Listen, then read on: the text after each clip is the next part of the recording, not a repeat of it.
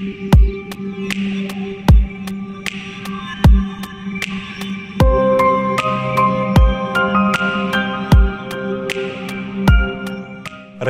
მხოლოდ პოლიტიკაში არ ხდება. არანაკლებ მნიშვნელოვანია ის ტექნოლოგიურ სამყაროში. სწორედ ამიტომ ჩვენ ყოველკვირა გიყვებით მათ შესახებ და ეს პოლიტიკური დამღლელი თემებისგან ცოტა ხნით მაინც გაგათავისუფლებთ.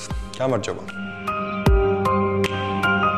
იაპონიაში ტექნოლოგიური პროგრესის სისწრაფე ნამდვილად განსხვავებულია და მათ მიერ შემოთავაზებული სიახლეები ყოველთვის გვაუცებს.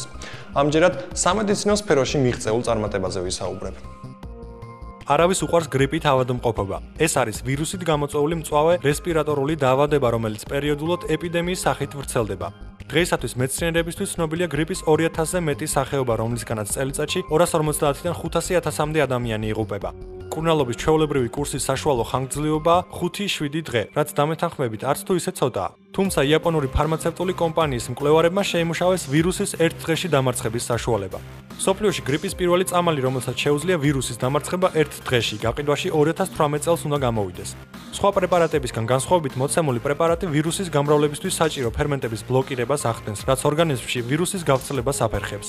დღეისთვის არსებული წამლები, მაგალითად შვეიცარიული პრეპარატი Tamiflu, არ ახდენს ვირუსის გავრცელების ბლოკირებას და შესაბამისად მკურნალობის კურსი 5 დღემდე გრძელდება. კომპანიამ უკვე დაასრულა კლინიკური ცდების პირველი ფაზა იაპონიაში. ამ ფაზის მიმდინარეობისას პრეპარატს ჯამთელ ადამიანებს აძლევდნენ, რათა დარწმუნებულიყვნენ, რომ ის უარყოფითად არ მოქმედებს ორგანიზმზე. ტესტირების მეორე ფაზა ნოემბერში დაიწყება, როდესაც იაპონიაში გრიპის სეზონი იწყება.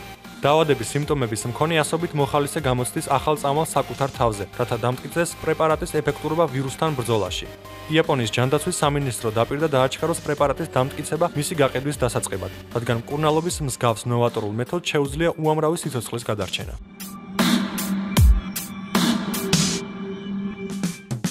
თქვენ უკვე იცით, რომ Google-ის პროექტი არას გამოსვლა ბაზარზე 2016 წლისთვის გადაიდო. თუმცა ახლა აცხადებენ, რომ მოდულური ტელეფონი მაინც გამოაწელს და ის იქნება აპარატი Fairphone 2.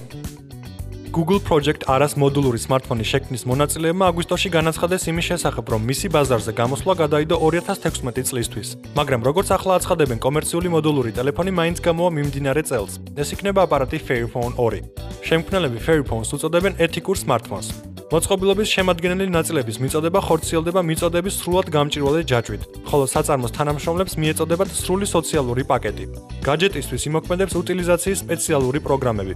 როგორც უკვე აღინიშნა, Fairphone 2-ს გააჩნია მოდულური კონსტრუქცია. მის საკვანძო შემადგენელ ნაწილებს წარმოადგენს კორპუსი, ძირითადი პლატა, დისპლეი სენსორული პანელით, მიმღებ-გადამცემი ბლოკი ყურსასმენების ბუდით და ფრონტალური კამერით, ძირითადი კამერა, ასევე დინამიკის ბლოკი ძირითადი მიკროფონით, USB პორტით. ეს მოდულები მარტივად იცვლება, რაც ამარტივებს მის რემონტსა და განახლებას. რაც შეეხება Fairphone 2-ის ტექნიკურ მახასიათებლებს, 5 დუიმიანი Full HD ეკრანი, 4 ბირთვიანი პროცესორი, Snapdragon 801, 2 GB ოპერატიული მეხსიერება, 32 GB-იანი ფლეშ მოდული, 2 და 8 მეგაპიქსელიანი კამერა, ოპერაციული სისტემა Android 5 და 1 Lollipop. ამჟამად შემქმნელები იღებენ შეკვეთებს Fairphone 2-ზე, რომლის ფასი შეადგენს 530 ევროს. მიწოდება დაიწყება დეკემბერში.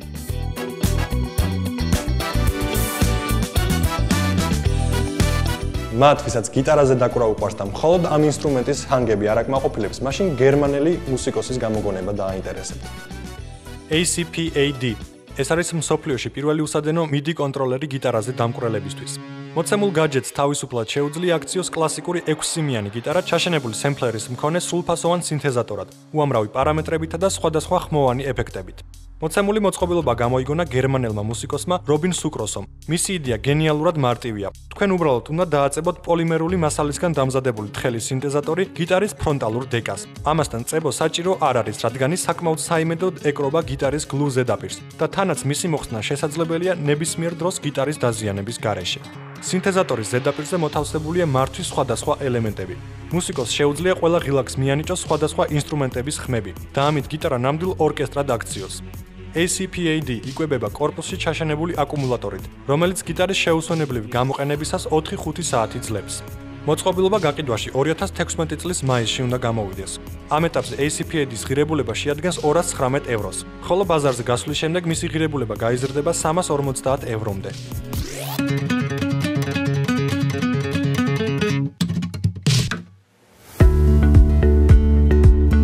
ტექნოლოგიური პროგრესის ტემპს აფრიკაშიც კი აყვნენ. მალე მოროკოში ელექტრომომარაგება მხოლოდ მზეზე იქნება დამოკიდებული. მზე აფრიკაში ნამდვილად არ აკლიათ. როგორც გაირკვა, მოროკოში აშენებული 160 მეგავატიანი სიმძლავრის მზის ელექტროსადგური NOR-1 მხოლოდ დასაწყისია. აფრიკული ერის გეგმებში ასევე შედის NOR-1-ის მახლობლად 2017 წლისთვის კიდევ 2 მზის ელექტროსადგურის აშენება, რომლებიც ერთობლივად მოახდენენ წარმოსახვის შემძრავი 500 მეგავატი აღდგენადი ენერგიის გენერირებას, რაც საკმარისი იქნება მილიონი სახლის, ანუ თითქმის ნახევარი ქვეყნის ელექტროენერგიით მომარაგებისთვის. პროექტი NOR, რომლისთვისაც გამოყოფილი იყო 9 მილიარდი დოლარი, განლაგებულია ქალაქ უარზაზატის მახლობლად და ფართობით უტოლდება მოროკოს დედაქალაქ რაბატს. ჩვენ არ ვართ ნავთობის ქვეყანა. ჩვენ ვახორციელებთ ჩვენი ენერგიის 94%-ის იმპორტს საწვავის წიაღისეულის სახეობების სახით და ეს ძალიან ნეგატიურად მოქმედებს ჩვენ სახელმწიფო ბიუჯეტზე, ამბობს მოროკოს გარემოს დაცვის მინისტრი ხაკიმა ელ-ჰაიტი. ეკონომიკური ეფექტის გარდა მხოლოდ NOR-1 25 წლის მანძილზე ქვეყანაში სათბურის აირის ნარჩენებს მე-4 მილიონით შეამცირებს წელიწადში. როდესაც აშენდება ელექტროსადგურები NOR-2 და NOR-3, რომელთაგან თითოეულს შეუძლია მზის ენერგიის შენახვა 8 საათის განმავლობაში, საჰარის მთელი რეგიონი მიიღებს წვდომას მზის უწყვეტ ელექტროენერგიასთან.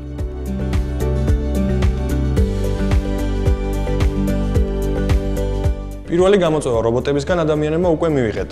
საბედნიეროდ ჩვენს განადგურებას არავინ ცდილობს. უბრალოდ სპორტის ერთ-ერთ სახეობაში ნამდვილი კონკურენტი გამოგვიჩნდა. ნახოთ კიდევ რამდენხან შეძლებს ადამიანი პირველობის შენარჩუნებას. მალე ადამიანებს მოუწევთ ორ ბორბალზე ყველაზე სწრაფი მრბოლელის ტიტულის დათმობა. Yamaha-მ წარმოადგინა MotoBot რობოტი, რომელიც შეიქმნა სუპერბაიკის სამართავად. რობოტი ისევე მართავს მოტოციკლს როგორც თქვენ. მას ისევე უწევს გაზის სახელური სტრიალი. MotoBot-ის პირველი ვერსია საკმაოდ ნელად ადის და საჭიროებს დამატებით ბორბლებს, რათა არ გადაბრუნდეს მოსახვევებში, ასე რომ ნუ მოელით, რომ მას ხვალვე იხილავთ MotoGP-ის სარბოლო წრეზე. მიუხედავად ამისა, Yamaha იმედოვნებს, რომ MotoBot-ი მალე შეძლებს 200 კმ/სთ აჩქარება სპეციალურ გზაზე. ლეგენდარულ როსის კი შეუძლია ამაზე დაფიქრდეს. თუმცა ახლო მომავალში ნაკლებად სავარაუდოა ვიხილოთ რობოტი მრბოლელების სარბოლო ლიგებში. ამის მაგივრად Yamaha თავის გამოგონების გამოყენებას გეგმავს უსაფრთხოების სისტემის ტესტირებებში.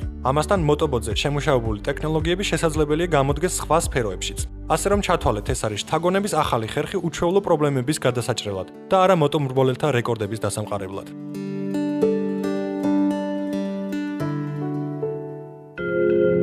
კოსმოსი ახლო მომავალში შეიძლება ნამდვილ კურორტულ ზონად გადაიქცეს და ნებისმიერ მსურველს შეეძლოს იქ გამგზავრება. ამის თქმის საშუალებას ერთ-ერთი კომპანიის გამოგონება გვაძლევს. კოსმოსური ტურისტული კომპანია WorldView გეგმავს ახლო მომავალში შედარებით ხელმისაწვდომ კოსმოსური მოგზაურობების შეთავაზებას დიდი, ჰელიუმით სავსე საჰაერო ბურთების დახმარებით. კომპანიამ განაცხადა იმის შესახებ, რომ წარმატებით ჩაატარა ერთ-ერთი უმნიშვნელოვანესი ტესტირება. კომერციული ფრენების დროს ატმოსფეროს ზედა შრეებში ტურისტებს გაამგზავრებენ თითქმის ფეხბურთის მოედნის ზომის საჰაერო ბურთები. თუმცა სატესტო ფრენის დროს გამოიყენებოდა ბურთის მცირე ზომის ასლი, ასევე კოსმოსური აპარატის კომპაქტური რეპლიკა. სატესტო ნიმუში ავიდა 30624 მეტრის სიმაღლეზე, რაც მეტყველებს ამოცანის წარმატებულ მიღწევაზე. მთელი ფრენა გაგრძელდება 1-დან 2 საათამდე, რის შემდეგაც საჰაერო ბურთი ნელად აეშვება მიწაზე. აღსანიშნავია, რომ მოცემული სიმაღლე 64330 მეტრით ნაკლებია სუბორბიტარული სივრცის ზღვარზე, მაგრამ ეს მაინც საკმარისი სიმაღლეა იმისთვის, რომ გზავრებს ჰქონდეთ ხედით დატყვევის და ჩვენი პლანეტის მოყვანილობის შეფასების შესაძლებლობა. ნამდვილი კოსმოსური აპარატი კი საკმაოდ დიდი იქნება იმისთვის, რომ მასში კომფორტულად განთავსდეს 6 მგზავრი და ეკიპაჟის 2 წევრი. ბორტზე პილოტის არსებობა მნიშვნელოვან მოთხოვნას წარმოადგენს. ზევით აპარატს აწევს ქარი და ბალონში არსებული ჰელიუმი, მაგრამ დაშვებისთვის საჭირო იქნება ბალონის გათიშვა. ამიტომ პილოტები პასუხს აგებენ როგორც ფრენაზე, ასევე კაფსულის დაშვებაზე. WorldView გეგმავს კოსმოსური მოგზაურობის ბილეთების გაყიდვას $75000-დან. მართალია, სანამ ეს მოხდება, კომპანიას მოუწევს სრული ზომის აპარატის და ასევე ბალონის ტესტირების ჩატარება. გაინტერესებთ, როგორია ცნობილი დათუნიას ტედის სხეულში ცხოვრება. ალბათ ისე როგორც ფილმში ენაჩვენები, ამას ვერასდროს შეძლებთ, მაგრამ შეძლებთ სრულისამებრ მის მართვას Oculus Rift-ის დახმარებით. ნახოთ, რას გვთავაზობს იაპონური სტარტაპი.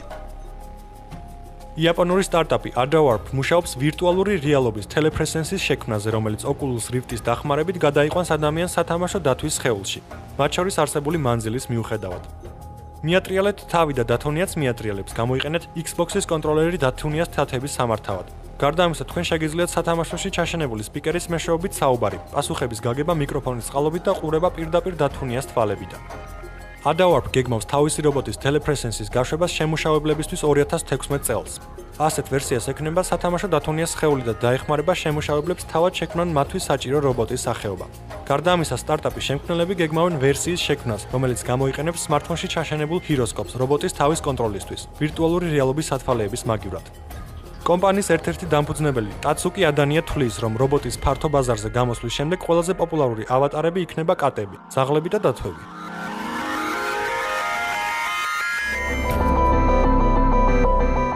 Samsung-მა წარმოადგინა ახალი პლანშეტი სახელწოდებით Galaxy View. იმედია მისი გიგანტური ეკრანი არ შეგაშინებთ. როგორც მოსალოდნელი იყო, კომპანია Samsung-მა წარმოადგინა პლანშეტი 18.4 დუიმი დიაგონალის მქონე უზარმაზარი ეკრანით. მოწყობილობა სახელწოდებით Galaxy View.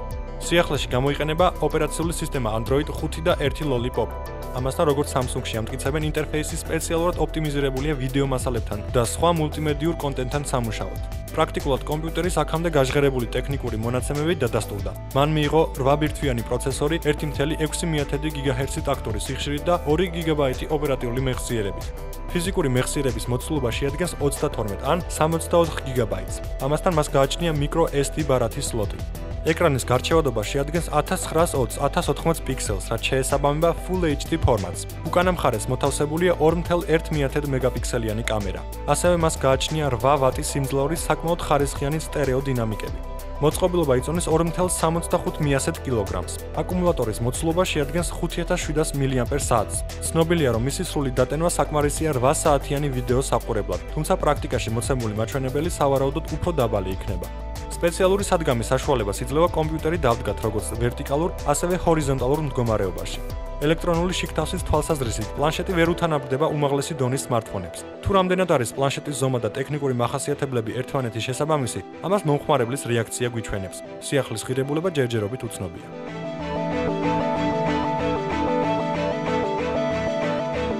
მათ, ვინც გადავიდა Xbox 360-დან Xbox One-ზე, შეუძლიათ ნაყიდი თამაშები აღარ გააჩვქონ და დროდადრო ისევ მიუბრუნდნენ საყვარელ გასართობს. უკვე ძალიან მალე, უფრო ზუსტად კი 2015 წლის 12 ნოემბერს სათამაშო კონსოლის Xbox One-ის მფლობელები შეძლებენ Xbox 360-ის თამაშებთან უკუთავსებადობის უპირატესობით და ასევე სრულიად ახალი, უფრო კომფორტული, ეფექტური და ლაკონური ინტერფეისით დატკბობას. ინტერფეისის ახალი ვერსიისა და უკუთავსებადობის გამოშვების თარიღი ოფიციალურად გამოაცხადა Xbox Live-ის ქვედანაყოფის ხელმძღვანელმა თავის Twitter აკაუნტში.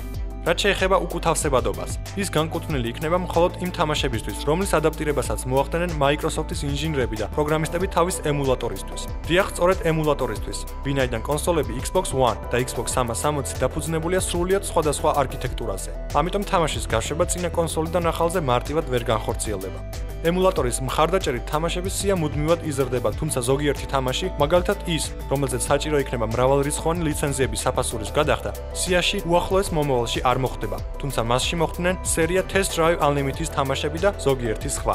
Xbox 360-ის თამაშის Xbox One-ზე ჩასართულად თქვენ დაგჭირდებათ ინტერნეტთან კავშირი და ორიგინალი თამაშის დისკი. კონსოლში დისკის ჩადების შემდეგ ის შეამოწმებს მის თავსებადობას ემულატორთან და ჩატვირთავს მის ციფრულ ვერსიას Microsoft-ის სერვერებიდან კონსოლის მყარ დისკზე.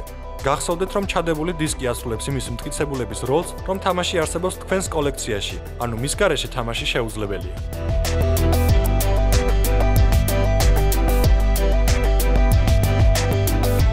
ვირტუალური რეალობის ჩაფხუტებისთვის იქნება ახალი თამაშები და საკმაოდ საინტერესოც. თუ ამ ტემპით გაგრძელდება, მაშინ გეიმერული სამყაროს მომავალი სწორედ ამ ტექნოლოგიას ეკუთვნის. ღონისძიება Paris Games Week 2015-ზე კომპანია Sony Computer Entertainment-მა თავისი პრეს-კონფერენციის ნაწილი მიუძღვნა თამაშებს ვირტუალური რეალობის ჩაფხუტებისთვის PlayStation VR, წარსულში Project Morpheus. ამ კატეგორიის ერთ-ერთი ყველაზე შთამბეჭდავი პროექტი გახდა სათავგადასავლო თამაში Robinson: The Journey, სტუდია Crytekisგან, რომელმაც შექმნა სერია Crisis და Rise: Son of Rome. Robinson: The Journey-ს ანონსი პერსონალური კომპიუტერისთვის შედგა გამოფენაზე E3 2015-ზე, ხოლო ახლა გაირკვა, რომ თამაში იქნება მხოლოდ PlayStation 4-ზე. მასში მოთამაშეები მოირგებენ ბიჭის როლს, რომელიც საფრენი აპარატის ვარდნის შემდეგ აღმოჩნდება იდუმალ პლანეტაზე. თქვენ გახდებით პირველი, ვინც შეისწავლის სამყაროს, იურთიერთქმედებს მასთან და მოახდენს შთამბეჭდავ აღმოჩენებს ყოველ ნაბიჯზე. წერს PlayStation blog-ზე პროექტის აღმასრულებელი პროდიუსერი Elijah Freeman. Freeman-მა აღნიშნა, რომ დემო ვერსიების პოზიტიური გამოხმაურებები ძირითადად ეხებოდა განათების, მცენარეული საფარისა და დინოზავრების რეალისტურობას. ჩვენ ვფიქრობთ, რომ მსგავსმა თამაშებმა შეიძლება აქციოს ვირტუალური რეალობა რაღაც განსაკუთრებულად და აწიოს ჩაძირვის ეფექტი ახალ საფეხურზე. Robinson: The Journey-ს შემქმნელები შეეცდებიან გარემოცვის დამაჯერებლობის შეგრძნების გადმოცემას გაზრდილ მასშტაბებში. ეს ნიშნავს იმას, რომ ჩვენ გვინდა არა უბრალოდ შთამბეჭდავი თამაში შევქმნათ, არამედ ასევე მოვყვეთ საინტერესო ისტორია, რომელიც პოვებს გამოხმაურებას მოთამაშეებში. განმარტა პროდიუსერმა.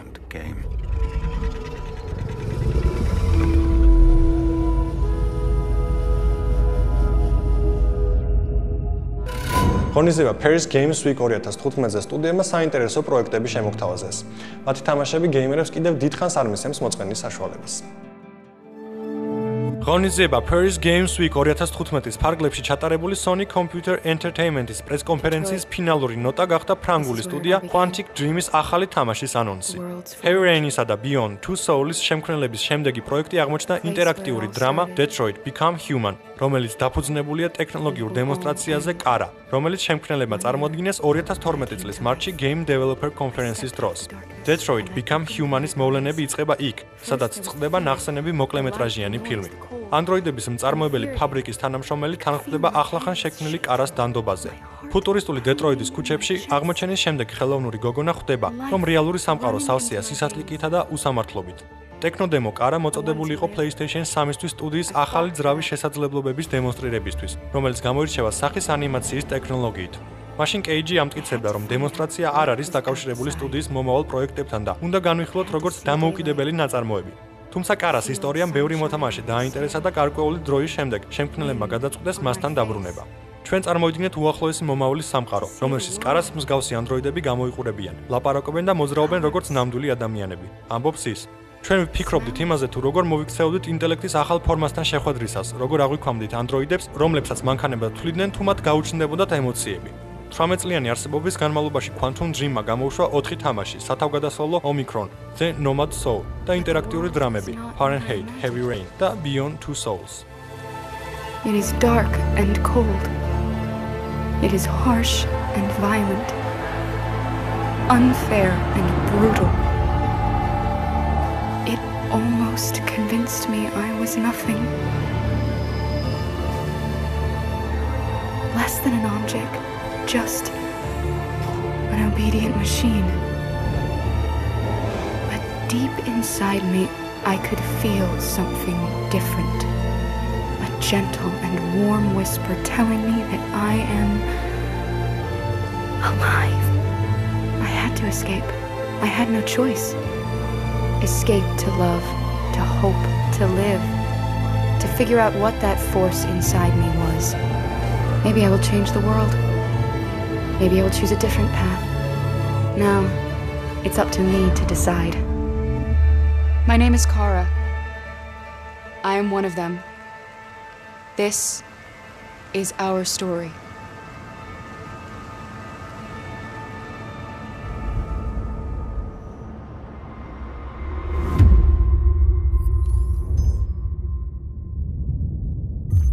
კომპანია Electronic Arts-მა წარმოადგინა მომავალი შუთერის Star Wars Battlefront-ის რელიზის ტრეილერი.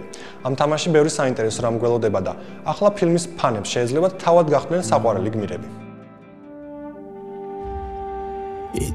გამოფენაზე Paris Games Week 2015 კომპანია Electronic Arts-მა წარმოადგინა მომავალი შუთერის Star Wars Battlefront-ის რელიზის ტრეილერი. მასში ნაჩვენებია მასშტაბური სახმელეთო ბრძოლები თოვლსა და ჯუნგლებში, საჰაერო ბრძოლები, რეაქტიული ზურგჩანთებით ხტომა, იმპერიული ნაბიჯით მოსიარულე მექანიზმები, ვარსკვლავური ომების სამყაროს ლეგენდარული გმირები და ბოროტმოქმედები. შემქმნელებმა განაცხადეს, რომ Star Wars Battlefront-ში გეიმერები შეძლებენ არა მარტო Luke Skywalker-ის, Darth Vader-ის და Boba Fett-ას, არამედ პრინცესა Leia Organa-ს, კონტრაბანდისტ Han Solo-სა და იმპერატორ Palpatine-ის გმირებით თამაშს. ყველა ეს გმირი ხელმისაწვდომი იქნება რეჟიმში გმირები ბოროტმოქმედების წინააღმდეგ, სადაც ძალის ბნელი და ნათელი მხარეების ცნობილი პერსონაჟები იბრძოლებენ რიგით იმპერიელებსა და ამბოხებულებთან ერთ დონეზე. Star Wars Battlefront-ის რელიზამდე დარჩა მხოლოდ 3 კვირა. თამაშის გაყიდვა დაიწყება ამ წლის 17 ნოემბერს მსოფლიოს ყველა რეგიონში ერთდროულად PlayStation 4, Xbox One და პერსონალურ კომპიუტერზე. That won't happen again. Prevent the walkers from reaching the space.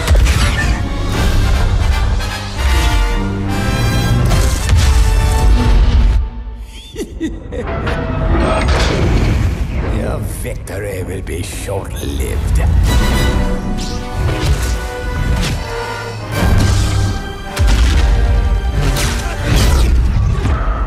Now it's my turn.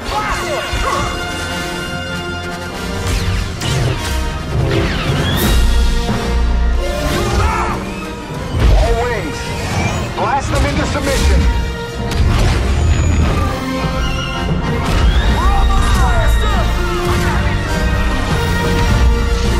May the Force be with us. Your pathetic rebellion ends here.